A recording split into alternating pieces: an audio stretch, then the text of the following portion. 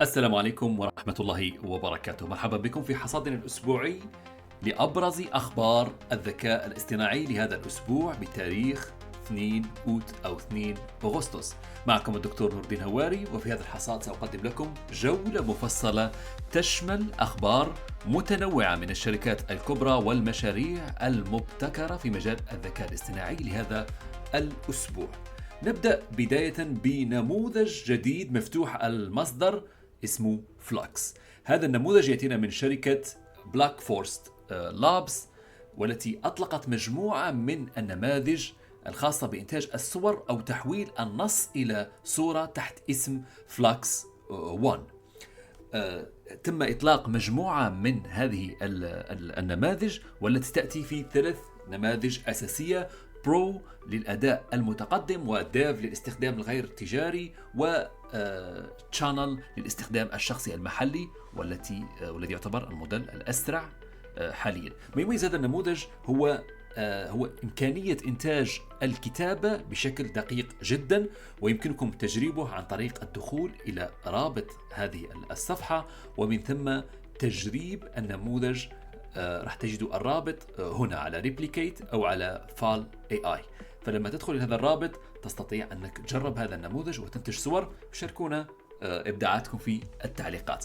نذهب الآن إلى الخبر الثاني، والذي يأتينا من ميتا تطلق نموذج سام 2 للفيديو، حيث أطلقت ميتا هذا النموذج ليأتي كنسخة أو كتحديث جديد لسيجمنت Anything موديل، والذي يتيح تحديد الأجسام في الفيديو بكفاءة جدا جدا عالية. وبالمناسبة أيضا يمكنكم تجربه ورفع فيديوز ومحاولة تجريب هذا الطريقة في التحديد. فأيضا المميز في هذا النموذج أنه يستطيع أن يجد نفس الأشكال ونفس الأشخاص أو الأجسام التي تتابعها في أي فيديو، حتى ويكون من زوايا مختلفة. فالأمر يعد بالكثير من التقدم، خاصة في إنشاء الفيديو. فهنا لدينا ويب بيز ديمو، ممكن أنكم تجربوه مباشرة على ميتا. فتضغط فقط على ترايت ناو وتستطيع أنك تجرب الفيديو بشكل جدا جدا سهل، مثل ما راح تشوفوا. مثلا هنا عندي شخص يقوم باللعب بكرة القدم. أستطيع أني أحدد أي جسم. هنا راح أوقف وأحدد الجسم. بعد ذلك أستطيع أني أقوم بمتابعة الجسم مثل ما تلاحظوا. أيضا ممكن أنك تعمل أشياء أخرى. ممكن تتابع أي شيء طبعا في الفيديو، ولكن خلونا فقط نقوم بعمل إجراءات أخرى. بعد ذلك هنا ضغطت على أضغط على نيكست هنا، وأستطيع أن أقوم بالكثير من الأشياء.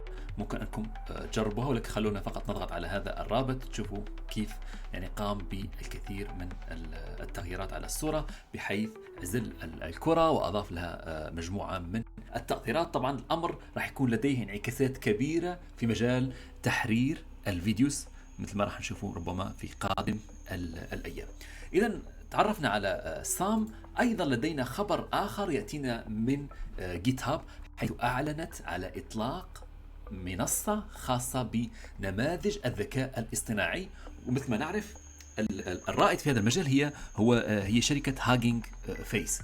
والآن جيت هاب تدخل لهذا المجال أيضا باستضافة النماذج، وربما راح تكون منافس جدا جدا قوي لهاجينج فيس، لأنها تحتوي والكثير جدا من المشاريع البرمجية، وبالتالي استضافتها للنماذج راح يزيد توسعها بشكل أكبر.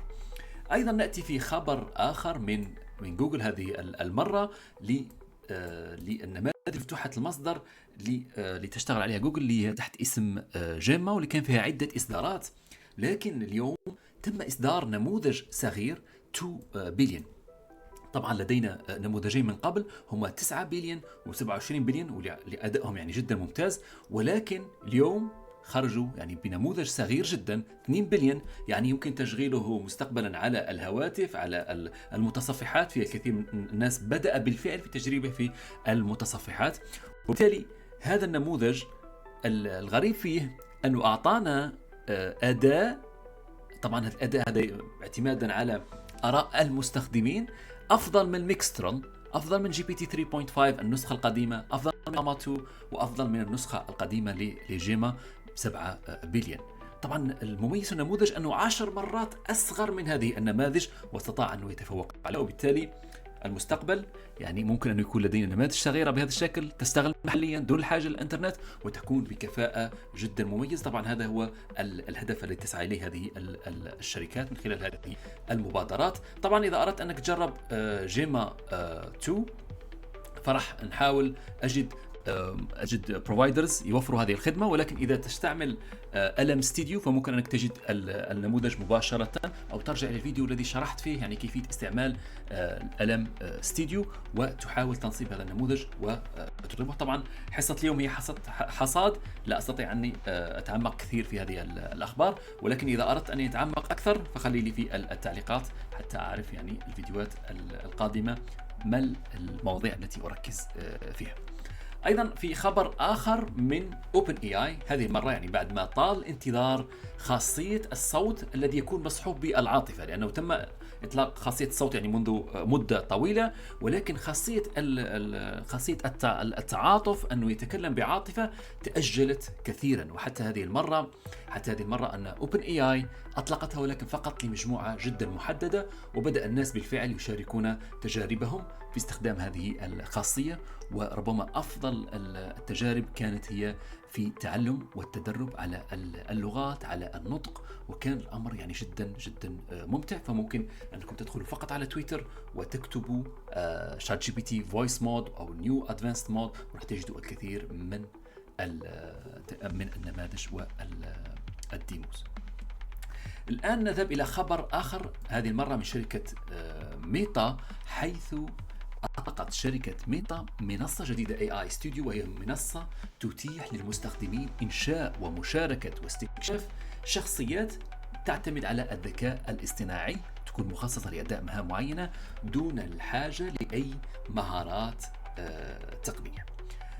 أيضا نذهب إلى خبر ثالث، وهو من شركة رنواي المختصة في ماذا؟ في إنتاج الفيديوز، حيث تم إطلاق جين 3 والذي كان أداؤه جدا مميز. كنت شاركتكم على الصفحة العديد من التجارب، واللي كان أبرزها والمفاجئ بالنسبة لي هو إمكانية إنتاج فيديو فيه نص بطريقة جدا مميزة، بحيث ممكن تعمل انترو لأي فيديو بشكل جيد.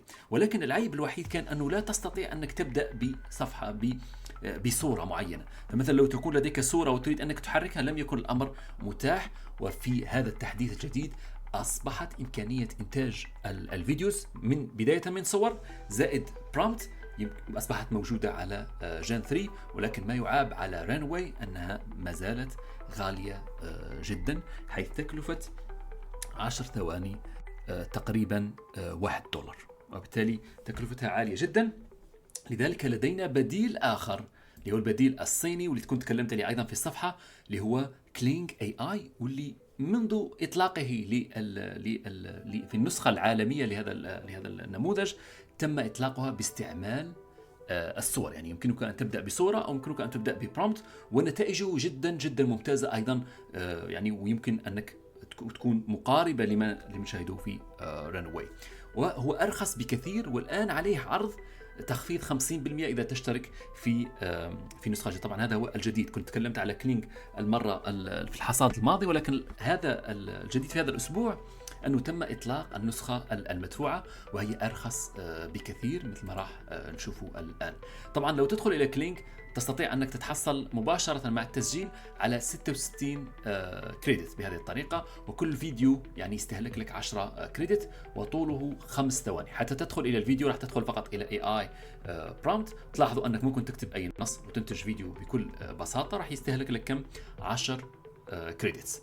أو ممكن تبدأ بصورة وتضغط فقط على الصورة. الخاصية الأفضل هي أنك أيضا تستطيع إضافة الصورة الأخيرة، أي أنك تعطي له الصورة يبدأ منها والصورة ينتهي إليها. طبعا هذا يعطيك إمكانية تحكم جدا رهيبة، ولكن فقط يجب أن تكون لديك حساب مدفوع و بروفيشنال مود. فخلونا نشوفه مع بعض. إذا نضغط على أبجريد بروفيشنال مود أي أنه تكلفته تقريبا كم $18.5 في الخطة السنوية. فخلونا نشوف الخطة الشهرية.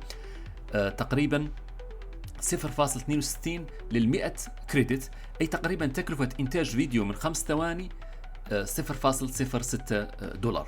إذن فرق شاسع جدا، تقريبا أقل ب20 مرة من ما توفره رانواي. إذن جربوا أيضا كلينج لأنه مجاني، فأنصحكم أنكم تجربوه وتأخذوا فكرة عليه، وشاركونا أيضا إبداعاتكم وتجاربكم في التعليقات. إذا انتهينا من أهم الأخبار الرئيسية في هذا الحصاد. الآن ننتقل إلى متفرقات، ونبدأ بالخبر الأول اللي هو من مايكروسوفت، والتي أصبحت تعتبر OpenAI منافسا لها في تقريرها السنوي، حيث اعتبرت أن OpenAI أصبحت منافسا في مجال الذكاء الاصطناعي وفي مجال البحث أيضا، وذلك بعد أن قدمت OpenAI نموذجا جديدا في البحث اسمه سيرش جي بي تي، وكنا تطرقنا إليه في الحصاد الماضي.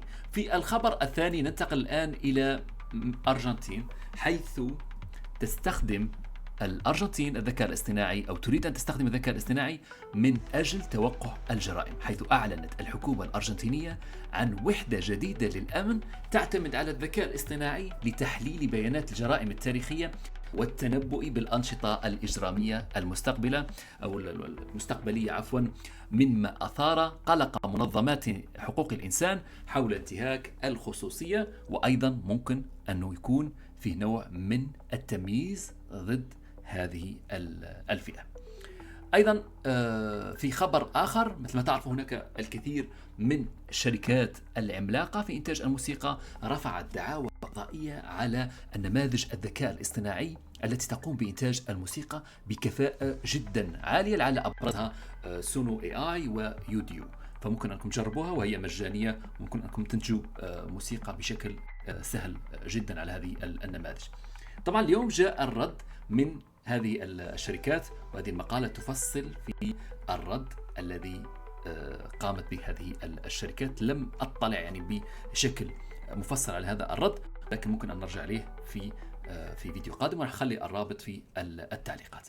إذا راح نروح الآن إلى خبر آخر من شركة فيميو، اللي هي شركة لاستضافة الفيديوز، والتي قامت بإضافة خاصية جديدة لترجمة الفيديوز والصوت والنصوص إلى لغات متعددة مع الحفاظ على صوت المتحدث الأصلي. طبعا هذه الخاصية كانت موجودة في 11 Labs، وأيضا كانت موجودة في حلول أخرى من أجل عمل الدبلجة المباشرة وبشكل جدا ممتاز. ربما الناس شافوها أكثر لما شاركت فيديو حول ديمو عملته OpenAI باللغة الإنجليزية، وقمت بعمل دبلجته باللغة العربية، ويظهر وكأنه حقيقي، حتى أنه تعليقات أخبرني الكثير أنه مستحيل أنه يكون هذا دبلجة. فممكن ترجعوا لهذا الفيديو وتشوفوا التعليقات، أي أن وصلنا إلى نماذج ذكاء اصطناعي تستطيع أن تقوم بالدبلجة بشكل جدا جدا رائع.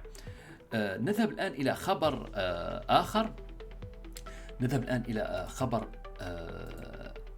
راح نذهب فقط إلى الشركة الجديدة، شركة نورا من ألمانيا تطلق روبوت بشري جديد يدعى 4NE1، يمكنه أداء مهام منزلية متعددة الخدمات مثل تقطيع الخضار وكي الملابس وحل الألغاز وغيرها من المهام. طبعا هذه السنة كانت هناك العديد من المشاريع التي تحاول أن تنقل الذكاء الحاصل أو التطورات الحاصلة في الذكاء الاصطناعي إلى مجال الروبوتكس، ومحاولة يعني الحصول على روبوتات تقوم بمهام يقوم بها البشر.